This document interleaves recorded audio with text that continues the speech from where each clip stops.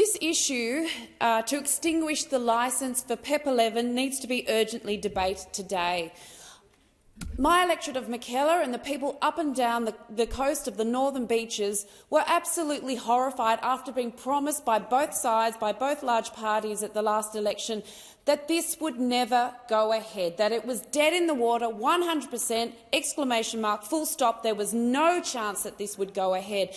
But here we are debating it again, still here.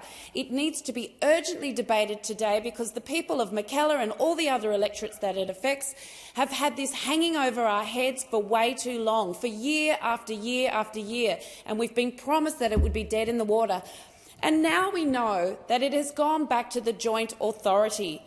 And this is not nearly good enough because it will not give us any finality, no finality whatsoever, because it will only assess the current company's licence. It will leave the door wide open for future companies to take on this licence. So we will continue to fight this over and over again, or have to fight this over and over again.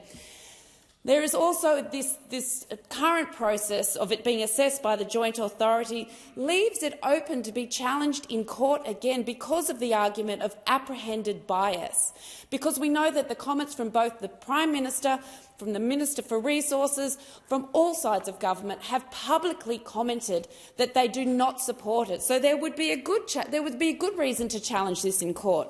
We must have finality on this, and I must say that people up and down the northern beaches will never accept this, never, and it will strongly opposed if any company wishes to go ahead. It will be vehemently opposed. We hear that there is a gas crisis. Let's be clear, there is no gas shortage in this country. It's just that more than 80% or up to 80% is shipped overseas. We don't have a gas shortage in this country.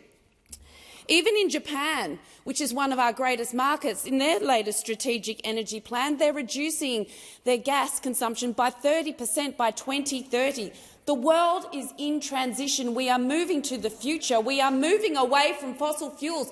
Fossil fuels are the past. They are 20th century technology. Why are we hanging on to the past when we should be moving to a profitable future?